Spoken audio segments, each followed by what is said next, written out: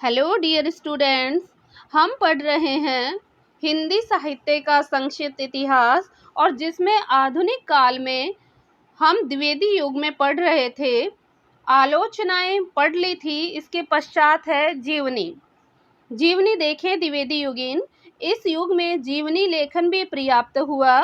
यह युग राष्ट्रीय चेतना का युग था। आज़ादी की अलख जगाने के लिए इस युग में महापुरुषों के जीवन पर आधारित जीवनियां लिखी गई थी कि आज़ादी का अलख जगाने के लिए, क्योंकि ये 1857 के आसपास की बात है। हमने पढ़ा था कि भारतेंदु युग में देश प्रेम से संबंधित बातें लिखी जाती थी, भारत की पीड़ा के बारे में बताया जाता था, लेकिन उन लोगों में उस पीड़ा को, उस भारत की तकलीफ को, दुख दर्द को दूर करने की कहीं भी चेतना नहीं जगाई गई थी। जबकि द्विवेदी युग में महापुरुषों पर आधारित जीवनियां लिखकर लोगों को अपने देश की स्वतंत्रता के लिए, अपने राष्ट्रीय चेतना के लिए अलग जगाने का कार्य किया था। महावीर प्रसाद द्विवेदी जी ने कौन सी जीवनियां लिखी थी? प्राचीन पंडित और कवि 1918 में, संकवि संकीर्तन 1924 में, चरित चर्चा 1929 में आदि जीवनी संग्रह लिखे थे। इस युग में आर्य समाज तथा अन्य महापुरुषों से संबंधित, राष्ट्रीय महापुरुषों से संबंधित, ऐतिहासिक महापुरुषों से संबंधित, विदेश के महापुरुषों से संबंधित और महिलाओं से संबंधित जीवनियां प्रचुर मात्रा में लिखी गई थी। रामविलास शारदा ने लिखी थी आर्य धर्मेंदु जीवन महर्षि। चिमनलाल वैश्य ने लिखी थी दयानंद चरितामृत 1904 में, और अखिलानंद शर्मा ने लिखी थी दयानंद दिग्विजय 1910 में जीवनी लिखी थी। तो अखिलानंद शर्मा की कौन सी जीवनी है? दयानंद दिग्विजय। और रामविलास शारदा ने कौन सी जीवनी लिखी? आर्य धर्मेंदु जीवन महर्षि। चिमनलाल वैश्य ने कौन सी लिखी? दयानंद चरितामृत। राष्ट्रीय नेताओं से संबंधित जीवनियों में महादेव भट्ट ने लिखी थी लाजपत महिमा। राष्ट्रीय नेताओं से संबंधित जीवनियों में सबसे पहले हम देखते हैं महादेव भट्ट के द्वारा लिखी हुई जीवनी है लाजपत महिमा, जो लाला लाजपत राय पर लिखी गई थी। पारसनाथ त्रिपाठी ने तपोनिष्ठ महात्मा अरविंद घोष लिखी थी। मुकुंदी लाल वर्मा ने कर्मवीर गांधी लिखी थी और संपूर्णानंद ने धर्मवीर गांधी लिखी थी। नंद कुमार देव शर्मा ने महात्मा गोखले, बद्री प्रसाद गुप्त ने दादा भाई नौरोजी, ब्रिज बिहारी शुक्ल ने मदन मोहन मालवीय, शीतलाचरण वाजपेयी ने रमेश चंद्र दत्त और माता सेवक ने लोकमान्य तिलक का चरित्र, ये प्रमुख जीवनियां राष्ट्रीय नेताओं से संबंधित है। मुकुंदी लाल वर्मा की कर्मवीर गांधी और संपूर्णानंद की धर्मवीर गांधी।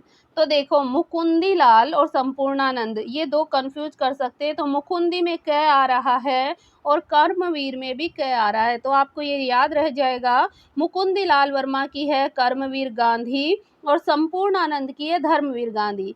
हमें संपूर्ण रूप से आनंद कब मिलता है? हमें बहुत अच्छे से आनंद कब मिलता है? जब हम कोई धार्मिक कार्य करते हैं। तो संपूर्णानंद ने लिखी थी धर्मवीर गांधी। इसके पश्चात देखना, बद्री प्रसाद गुप्त ने लिखी थी दादा भाई नौरोजी। जब हमारे घर में हम कोई निर्माण कार्य करवाते हैं तो हमें किसकी आवश्यकता होती है? बजरी की आवश्यकता होती है। और बजरी हमारे घर में कौन लेके आता है? जो घर में बड़ा हो, और बड़े को हम क्या कहते हैं? दादा भाई। बड़े को क्या कहते हैं? दादा भाई। हम छोटों को काम कौन देगा? काम तो बड़ों को ही मिलना है। तो इसलिए बद्री प्रसाद ने लिखी थी दादा भाई नौरोजी की जीवनी। ब्रिज बिहारी शुक्ल ने लिखी मदन मोहन मालवीय। ब्रिज बिहारी श्री कृष्ण कौन है? ब्रिज बिहारी है। और मदन मोहन भी कौन है? श्री कृष्ण ही है, ब्रिज बिहारी ही हैं। तो ब्रिज बिहारी ने लिखी थी मदन मोहन मालवीय की। शीतलाचरण वाजपेयी ने लिखी थी रमेश चंद्र दत्त की। माता सेवक ने लिखी थी लोकमान्य तिलक का चरित्र नामक जीवनी। जो माता का सेवक होता है, हम कोई भी माता जी के मंदिर में जाते हैं तो वहाँ क्या करते हैं? तिलक लगाते हैं। तो माता सेवक ने तिलक के चरित्र पर जीवनी लिखी थी। ऐतिहासिक जीवनियों में कार्तिक प्रसाद खत्री की जीवनी लिखी हुई है छत्रपति शिवाजी का जीवन चरित्र। ये बार बार लोकमान्य तिलक आ रहा है, तो ये आप नहीं देखें, ये यहाँ बार बार प्रिंट हो रखा है। तो ऐतिहासिक जीवनियों में कार्तिक प्रसाद खत्री की है छत्रपति शिवाजी का जीवन चरित्र, बलदेव प्रसाद मिश्र की है पृथ्वीराज चौहान का, देवी प्रसाद की है महाराणा प्रताप। विदेशी महापुरुषों पर लिखी जीवनियों में हम देखें तो सिद्धेश्वर शर्मा की है गेरिबाल्डी, उमापति दत्त शर्मा की है नेपोलियन बोनापार्ट की जीवनी, नाथुराम प्रेमी ब्रह्मानंद की है जॉन स्टुअर्ट मिल की जीवनी। ये जीवनियाँ प्रमुख हैं। राजस्थान के इतिहास लेखन में महत्वपूर्ण योगदान देने वाले कर्नल जेम्स टोड थे और कर्नल जेम्स टोड के संबंध में उनकी जीवनी किसने लिखी है? गौरीशंकर हीराचंद ओझा ने लिखी है। तो ये आपको ध्यान रखना है, कर्नल टोड की जीवनी किसने लिखी? गौरीशंकर ओझा ने। देश विदेशी महान महिलाओं पर भी जीवनियाँ लिखी गई, जिनमें गंगा प्रसाद गुप्त ने लिखी थी रानी भवानी, परमानंद ने लिखी थी पतिव्रता स्त्रियों के जीवन चरित्र, हनुमान सिंह ने लिखी थी रमणीय रत्नमाला, पन्नालाल ने लिखी थी वीर पत्नी संयोगिता, यशोदा देवी ने लिखी आदर्श महिलाएं और द्वारका प्रसाद चतुर्वेदी ने लिखी थी ऐतिहासिक स्त्रियां। तो इस प्रकार से देश विदेशी महिलाओं पर भी जीवनी लिखी गई थी। उस समय के यात्रा वृतांत कौन से हैं द्विवेदी युगीन? यात्रा वृतांत के विकास की दृष्टि से आलोच्य युग महत्वपूर्ण है। इस युग की आलोचनाएं पत्र पत्रिकाएं और पुस्तिकाकार रूप में प्रकाशित हुई। इस लाइन से तात्पर्य है कि द्विवेदी युग में आलोचनाएं हैं जो या तो पत्र पत्रिकाओं में अधिक प्रकाशित हुई थी या फिर वो पुस्तक के रूप में एक जगह संकलित करके प्रकाशित करवाई गई थी। तो पुस्तकाकार रूप में प्रकाशित हुई। स्वामी मंगलानंद ने मॉरिशस यात्रा मर्यादा नामक पत्रिका में प्रकाशित करवाई 1912 में। श्रीधर पाठक ने देहरादून शिमला यात्रा मर्यादा पत्रिका में जून से सितंबर तक 1913 में। उमा नेहरू ने युद्ध क्षेत्र की शेर गृहलक्ष्मी में और लोचन प्रसाद पांडे ने हमारी यात्रा इंदु नामक पत्रिका में सितंबर 1914 में अपना यात्रा वृतांत लिखकर प्रकाशित करवाया था। पुस्तककार रूप में गोपाल राम गहमरी ने लंका यात्रा का विवरण, ठाकुर गदाधर सिंह ने चीन में 13 मास और हमारी एडवर्ड तिलक यात्रा नामक यात्रा वृतांत लिखे थे। स्वामी सत्यदेव परिवारजक इस युग के प्रमुख यात्रा वृतांत लेखक थे और सत्यदेव परिवारजक के द्वारा लिखी गई 3 कृतियां उपलब्ध हैं। एक अमेरिका दिग्दर्शन, एक मेरी कैलाश यात्रा और एक है अमेरिका भ्रमण। इसके पश्चात आते द्विवेदी युगीन संस्मरण। इस युग में सरस्वती पत्रिका में कुछ संस्मरण भी समय समय पर छपे थे, जिनमें महावीर प्रसाद द्विवेदी के अनुमोदन का अंत फरवरी 1905 में, सभा की सभ्यता अप्रैल 1907 में, विज्ञानाचार्य बसु का विज्ञान मंदिर जनवरी 1918 में, राम कुमार खेमका के द्वारा इधर उधर की बातें मई 1918 में और जगत बिहारी सेठ का संस्मरण है मेरी बड़ी छुट्टियों का प्रथम सप्ताह है और प्यारेलाल मिश्र का संस्मरण है लंदन का फाग या कुहरा। पुस्तककार रूप में प्रकाशित संस्मरण साहित्य की दृष्टि से देखें तो हरिओत जी के संस्मरण इस युग में उल्लेखनीय कृति हैं। अब आता है हमारे छायावाद काल। छायावाद का समय 1918 से 1938 माना जाता है। कई लोग 1916 से भी मानते हैं, लेकिन मुख्यतया आपको 1918 से ही ध्यान में रखना है। रामचंद्र शुक्ल ने छायावाद का आरंभ 1918 से माना। इस काल के आसपास साहित्य में एक नए मोड़ का आरंभ हुआ था, जो पुरानी काव्य पद्धति को छोड़कर एक नई पद्धति के निर्माण का सूचक था। निराला की रचना जूही की कली 1916 और पंत की पल्लव की कविताएं सन 1920 के आसपास आ चुकी थी। छायावाद के लगभग 20 सालों में विपुल साहित्य रचा गया। एक और प्रसाद, निराला आदि कवि भी इसी युग में हुए, जिनका प्रधान लक्ष्य था साहित्य साधना, और दूसरी ओर माखनलाल चतुर्वेदी, राम नरेश त्रिपाठी, बालकृष्ण शर्मा नवीन आदि रचनाकार भी हुए, जो अपने युग के आंदोलनों में सक्रिय भाग लेते थे और कविताएं भी करते थे। इनकी काव्य साधना जीवन को केंद्र बनाकर चलती थी। इनके अतिरिक्त बच्चन, नरेंद्र शर्मा और अंचल की अनेक रचनाएं भी इसी युग में प्रकाशित हुई थी। तो आपको क्या ध्यान रखना है कि जो प्रसाद और निराला हैं वो इस युग के साहित्य साधना के प्रमुख कवि रहे हैं और माखनलाल चतुर्वेदी, राम नरेश त्रिपाठी, बालकृष्ण शर्मा नवीन आदि ऐसे रचनाकार हैं जो अपने युग में आंदोलनों में सक्रिय भाग भी लिया करते थे और कविताओं की रचनाएं भी किया करते थे। और बच्चन, नरेंद्र शर्मा और अंचल ने भी इस युग में कुछ रचनाएं लिखी थी।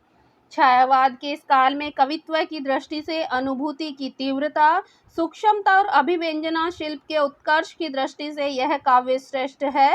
इस काल के काव्य में प्राचीन भारतीय परंपरा के जीवंत तत्वों का ही समावेश नहीं हुआ, वरन उसने परवर्ती काव्य के विकास को भी काफी प्रभावित किया। छायावादी काव्य में ही अपने युग के जनजीवन की समग्रता की अभिव्यक्ति मिलती है। यह काव्य पूर्ण और सर्वांगीण जीवन के उच्चतम आदर्श को व्यक्त करने का प्रयास करता है। छायावाद का युग भारत की अस्मिता की खोज का युग है। वेरी इंपॉर्टेंट लाइन है कि छायावाद का युग भारत की अस्मिता की खोज का युग है। पूछा जा सकता है भारत की अस्मिता की खोज का युग किसे कहा गया है? द्विवेदी युग को, छायावाद को, भारतेंदु युग को या प्रयोगवाद को? तो उस समय आपको ध्यान रखना है छायावाद के लिए प्रयुक्त हुआ है। भारत के अस्मिता की खोज का युग किसे कहा गया? छायावाद को। इस युग की एक प्रमुख प्रवृत्ति है राष्ट्रीय और सांस्कृतिक काव्य का सृजन। इस राष्ट्रीय सांस्कृतिक धारा के प्रमुख कवि कौन हैं? एक माखनलाल चतुर्वेदी, सियाराम शरण गुप्त, बालकृष्ण शर्मा नवीन और सुभद्रा कुमारी चौहान, जो राष्ट्रीय और सांस्कृतिक काव्य का सृजन किया करते थे। सबसे पहले हम इन्हीं राष्ट्रीय और सांस्कृतिक रचनाकारों को देख लेते हैं। सबसे पहले देखते हैं माखनलाल चतुर्वेदी को। माखनलाल चतुर्वेदी का जन्म 1889 और निधन 1968 में हुआ। माखनलाल चतुर्वेदी का जन्म मध्य प्रदेश के जिला होशंगाबाद के गांव बाबई में हुआ था। इन्होंने प्रभा, प्रताप और कर्मवीर पत्रिकाओं का संपादन किया था। कौन सी पत्रिकाओं का? प्रभा, प्रताप और कर्मवीर पत्रिकाओं का संपादन माखनलाल चतुर्वेदी के द्वारा किया गया। बालकृष्ण शर्मा नवीन ने भी प्रभा और प्रताप नामक पत्रिकाओं का संपादन किया था। इनका उपनाम एक भारतीय आत्मा था। माखनलाल चतुर्वेदी का उपनाम क्या था? एक भारतीय आत्मा। इनके कविता संग्रह हिम किरीटिनी और हिम तरंगिनी हैं। इनकी रचनाओं में देश के प्रति गंभीर प्रेम और देश कल्याण के लिए आत्मोत्सर्ग की उत्कृष्ट भावना दिखाई देती है। पुष्प की अभिलाषा, ये बहुत ही महत्वपूर्ण कविता है जो माखनलाल चतुर्वेदी के द्वारा लिखी गई थी। चाहे नहीं सुरबाला के गहनों में गुथा जाऊं, सुनी होगी आपने, बहुत अच्छी कविता है। सियाराम शरण गुप्त का जन्म उत्तर प्रदेश के जिला झांसी के चिरगांव में हुआ था। आपको याद आ गया होगा, इससे पहले भी हमने पढ़ा था झांसी के चिरगांव में। और किसका जन्म हुआ था? मैथिली शरण गुप्त का। और मैथिली शरण गुप्त के ही छोटे भाई थे सियाराम शरण गुप्त। ये समरसता और नम्रता के प्रतिमूर्ति थे। इनकी पहली कविता सन 1910 में इंदु नामक पत्रिका में प्रकाशित हुई। मौर्य विजय, अनाथ, ध्रुवादल, विषाद, आर्द्रा, पाथेय, मृण्मयी, बापू, दैनिकी आदि इनके प्रसिद्ध काव्य संग्रह हैं। इनकी सभी रचनाओं पर अहिंसा, सत्य, करुणा, विश्व बंधुत्व, शांति और गांधीवादी मूल्यों का गहरा प्रभाव दिखाई देता है। बालकृष्ण शर्मा नवीन के द्वारा लिखी हुई रचनाएं भी देखते हैं। बालकृष्ण शर्मा नवीन का जन्म 1897 और निधन 1960 में हुआ। बालकृष्ण शर्मा नवीन का जन्म ग्वालियर के भयाना गांव में हुआ था। इन्होंने भी प्रभा तथा प्रताप पत्रिकाओं का संपादन किया था। कुमकुम इनका पहला कविता संग्रह है। बालकृष्ण शर्मा नवीन का पहला कविता संग्रह कौन सा है? कुमकुम। उर्मिला काव्य इन्होंने 1934 में ही लिख दिया था। उर्मिला नामक काव्य बालकृष्ण शर्मा नवीन ने 1934 में लिख दिया था, लेकिन इसका प्रकाशन इनके निधन के पश्चात 1975 ईस्वी में हुआ था। इनके अन्य काव्य ग्रंथ हैं अपलक, रश्मि रेखा, क्वासी तथा हम विष पाई जन्म के। नवीन जी की रचनाओं में प्रणय और राष्ट्र प्रेम दोनों भावों की उत्तम अभिव्यक्ति हुई है। ये स्वच्छदाता प्रेम और मस्ती के कवि के रूप में अधिक जाने जाते हैं। तो रश्मि रेखा किसकी है? बाल कृष्ण शर्मा नवीन की। और रश्मि रथी किसकी है? सोचें, देखें, याद है क्या आपको? रश्मि रथी याद आया? रश्मि रथी रचना किसकी है? रश्मि रथी रामधारी सिंह दिनकर के द्वारा लिखा हुआ प्रसिद्ध खंड काव्य है। तो रश्मि रेखा बालकृष्ण शर्मा नवीन का और रश्मि रथी दिनकर के द्वारा रचित खंड काव्य है। इसके पश्चात आती है सुभद्रा कुमारी चौहान। सुभद्रा कुमारी चौहान का जन्म 1905 और निधन 1948 में हुआ था। सुभद्रा कुमारी चौहान का जन्म प्रयाग के निहालपुर गांव में हुआ था। ये शिक्षा अधूरी छोड़कर स्वतंत्रता के आंदोलन में कूद पड़ी। स्वतंत्रता आंदोलन के समय ये कई बार जेल भी गई। इनकी कविताएं कौन कौन सी हैं? त्रिधारा और मुकुल में इनकी कविताएं संकलित हैं। इनकी कविता में झांसी की रानी कविता, जो सभी सामान्य जन जन के कंठस्थ कविता थी, झांसी की रानी। इन्होंने राष्ट्र प्रेम के साथ साथ पारिवारिक परिदृश्य पर भी रचनाएं लिखी हैं। इनके साथ ही और भी कवि हैं जिनमें नाम है राम नरेश त्रिपाठी, उदय शंकर भट्ट, जगन्नाथ प्रसाद मिलिंद, दिनकर आदि ने भी राष्ट्रीय सांस्कृतिक धारा की कविताएं लिखी हैं। राम नरेश त्रिपाठी ने मानसी, पथिक और स्वप्न खंड काव्य लिखे हैं। उदय शंकर भट्ट ने तक्षशिला और दिनकर ने रेणुका कविता संग्रह लिखे हैं। अब देखते हैं हम छायावादी कवियों को। छायावादी कवियों में सबसे पहले आते हैं जयशंकर प्रसाद। जयशंकर प्रसाद का जन्म 1890 और निधन 1937 में हुआ था। जयशंकर प्रसाद का जन्म काशी के एक संपन्न घराने में हुआ जो सूंघनी साहू के नाम से प्रसिद्ध थे। और सूंघनी आप लोग जानते होंगे तंबाकू को कहते हैं। इनका पैतृक व्यवसाय था तंबाकू का। कवि होने के साथ साथ ये गंभीर चिंतक भी थे। कामायनी 1935 में लिखा इनका प्रसिद्ध महाकाव्य है। इनकी काव्य रचनाएं हैं वन मिलन, प्रेम राज्य, अयोध्या का उद्धार, शोकोच्छ्वास, बभ्रुवाहन, कानन कुसुम, प्रेम पथिक, करुणालय, महाराणा का महत्व, झरना, आंसू लहर। ये जयशंकर प्रसाद की प्रमुख रचनाएं हैं। इनकी कविताओं में स्वार्थ का निषेध कर भारतीय समाज और विश्व के कल्याण की प्रतिष्ठा की गई है। जयशंकर प्रसाद की रचनाओं को याद करने की एक छोटी सी ट्रिक बताती हूँ आपको। और अगर याद है तो ट्रिक की ओर मत जाना, और अगर याद नहीं है तो फिर आप ट्रिक से थोड़ी बहुत याद कर सकते हो। आरा नाम का कोई बच्चा है। आरा के चंद्र प्रकाश काका झील में, आरा का चंद्र प्रकाश नाम का एक काका है जो झील में नहाकर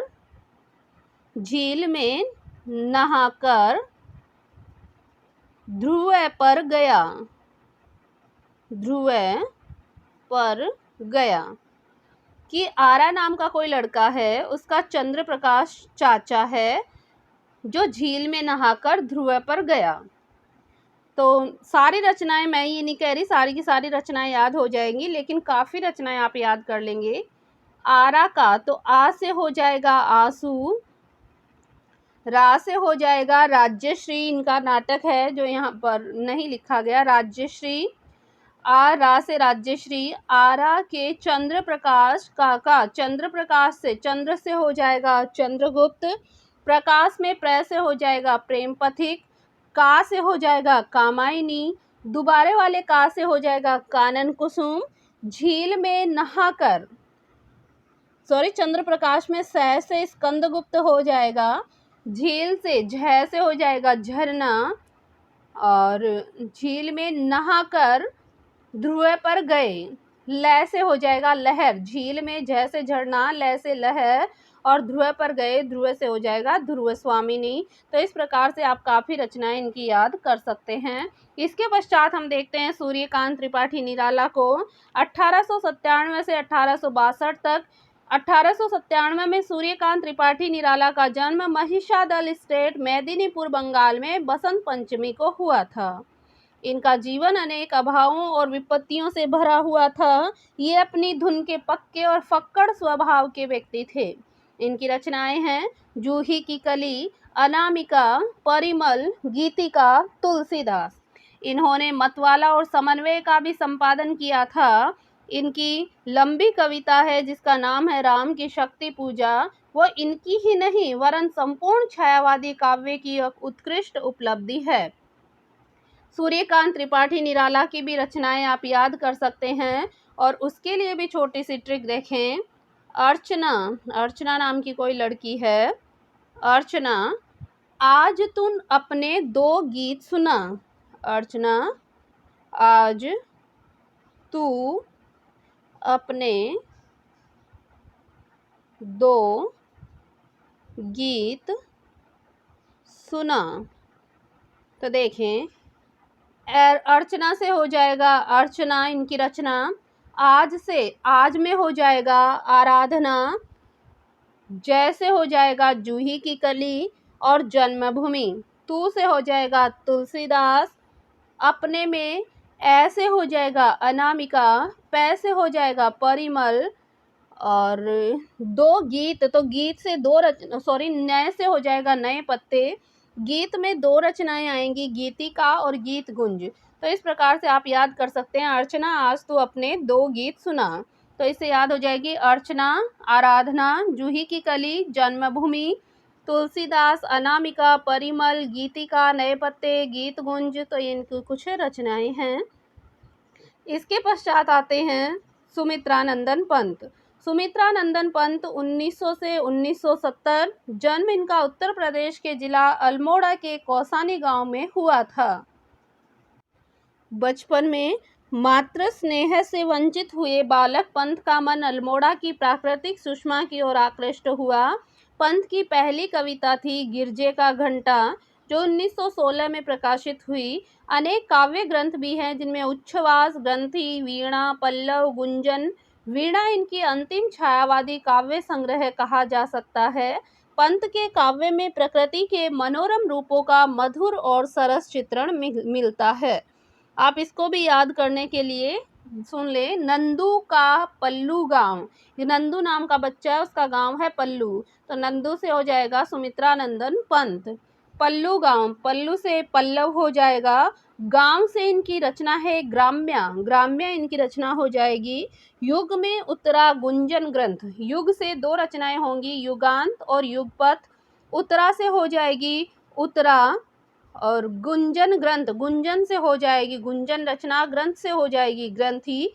सोने का अंबर, चंदा की वीणा। सोने का अंबर, सोने से हो जाएगा स्वर्णधूलि। अंबर से हो जाएगी चिदंबरा। चंदा की वीणा, चंदा से हो जाएगा कला और बूढ़ा चांद। और वीणा से हो जाएगी वीणा रचना। तो इस प्रकार से आप सुमित्रानंदन पंत की रचनाएं भी याद रख सकते हैं। नंदू का पल्लू गांव, युग में उत्तरा गुंजन ग्रंथ, सोने का अंबर, चंदा की वीणा। तो इस प्रकार से याद रख सकते हैं। महादेवी वर्मा, जिनका जन्म 1907 में और निधन 1987, जन्म उत्तर प्रदेश के फर्रुखाबाद में हुआ। इनके काव्य संग्रह हैं निहार, रश्मि नीरजा और सांधे गीत। निहार, रश्मि नीरजा और सांधे गीत। यामा में, यामा इनकी जो प्रमुख एक संग्रह है। तो यामा में निहार, रश्मि नीरजा और सांधे गीत के सभी ग्रंथों का संग्रह है यामा। और यामा पर ही महादेवी वर्मा को पुरस्कार भी मिला था। छायावाद के अन्य कवियों में हम देखें तो माखनलाल चतुर्वेदी, बालकृष्ण शर्मा नवीन, भगवती चरण वर्मा, डॉक्टर राम कुमार वर्मा, मोहनलाल महतो वियोगी, लक्ष्मी नारायण मिश्र, जनार्दन प्रसाद झा जिसका द्विज उपनाम है, गोपाल सिंह नेपाली, केदारनाथ मिश्र जिसका प्रभात उपनाम है, आरसी प्रसाद सिंह आदि उल्लेखनीय हैं। इस काल में प्रेम और मस्ती का काव्य भी खूब लिखा गया।